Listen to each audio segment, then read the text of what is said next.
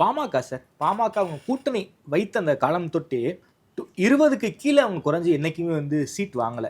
இப்போ 20க்கு கீழே வாங்கியிருக்காங்க. அந்த ஃப்ரிக்ஷன் அப்பாவுக்கும் மகனுக்குமான இந்த மோதல், பிளவு, அதுதான் காரணமா சார்? முதல் பாட்டாளி மக்கள் கட்சி 34 சீட்ல இருந்து ஆரம்பிச்சாங்க. இப்போயா சார்? ஆமா.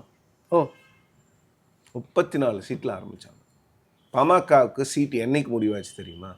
அன்புமணி ராமதாஸ் அவர்கள் வந்து எடப்பாடி பழனிசாமி அவர்களை ஜனவரி 5ஆம் தேதியே நம்ம சந்திச்சாரு. தேதி சரியான ஒப்பந்தம் கூட்டணியில் இணையறோம்.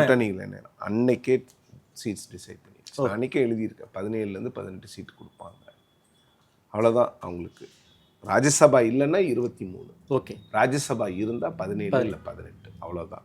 அதில் என்னன்னா எடப்பாடி பழனிசாமி அவர்கள் ரொம்ப தெளிவாக சொல்லியிருக்கிறாரு, கட்சி பிளவுபட்டு கிடக்கு, அதனால் ஒரு சில விஷயங்கள்லாம் இப்படி தான் செய்ய வேண்டும், நீங்கள் எங்களுக்கு ஒத்துழைப்பு கொடுங்கன்னு அன்னைக்கு கேட்டிருக்கிறாரு. அன்னைக்கிலேருந்து நம்பர்ஸ் பாமகவுக்கு இதுதான், பாமகவுக்கு இது சரிவு தான்.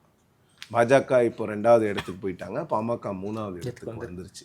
பட் பாமகவை பொறுத்த வரைக்கும் அவங்களுக்கு 2011 அவங்களுடைய சரிவு ஆரம்பிச்சிருச்சு. 16 அவங்க தனியாக போன பிறகு அவங்களுக்கான வாக்கு சதவீதம் 5.5, 6 அப்படியே இருக்கே தவிர அதை வந்து அவங்களால சீட்ஸாக கன்வெர்ட் பண்ண முடியலை. கடந்த 2021 தேர்தலில் கூட நீங்கள் பார்த்தீங்கன்னா பாமக வந்து கோர் 1 இயர் ஓட் பேங்க் இருக்கக்கூடிய இடங்களில் ஜெயிச்சது வந்து 3 சீட்டு. ஓகே. கடந்த தேர்தலே வந்து கோர் நார்தன் தமிழ்நாட்டில் வந்து 3 சீட்டு தான் ஜெயிக்கும் மொத்தமாகவே. ஓகே. சேலத்தில் ஒன்றும் மேட்டூரில் ஒன்றும் ஜெயிக்கிறாங்க. அது இல்லாமல் ஓகே. அப்போது அவங்களோட இன்ஃப்ளூயன்ஸ் வந்து அவங்க கோர் ரீஜன்லேயே வேணாயிட்டு இருக்கு, அந்த டிக்ளைன் சார். ஆனால் ஏடிஎம்கேக்கு அவங்க ஓட்டு ஷேராக இருக்குல்ல சார்? அவங்க ஓட்டு ஏடிஎம்கேக்கு ஷேராக இருக்குது, பட் அவங்களுக்கு ஓட்டு வரமாட்டேங்குது. வன்னியர் வாக்குகள் வந்து இப்போ அதிமுகவுக்கும் திமுகவுக்கும் இல்லை போது. ஓகே.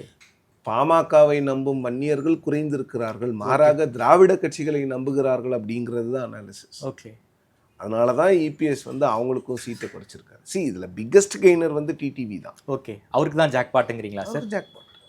11 சீட் யாரும் எதிர்பார்க்கல, அவரே எதிர்பார்க்கலன்னு நினைக்கிறேன் சார். அவர் எதிர்பார்த்திருப்பார். ஓகே. அவர்